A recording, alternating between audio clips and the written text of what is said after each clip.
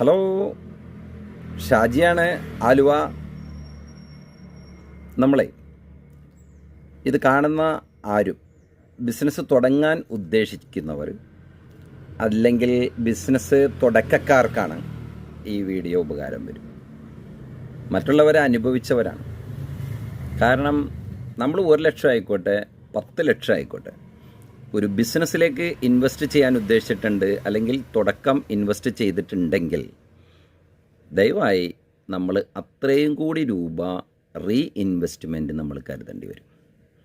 നമ്മളൊരു ബിസിനസ് തുടങ്ങി അതിൽ നിന്ന് ശമ്പളം കൊടുത്ത് വാടക കൊടുത്ത് നമ്മുടെ വീട്ടിലെ എക്സ്പെൻസ് എല്ലാം മെയിൻറ്റെയിൻ ചെയ്ത് കഴിഞ്ഞാൽ നമ്മുടെ ബിസിനസ്സിലേക്ക് ഇൻവെസ്റ്റ്മെൻറ്റ് അല്ലെങ്കിൽ റീസ്റ്റോക്ക് നമുക്ക് നടക്കാതെ വരും.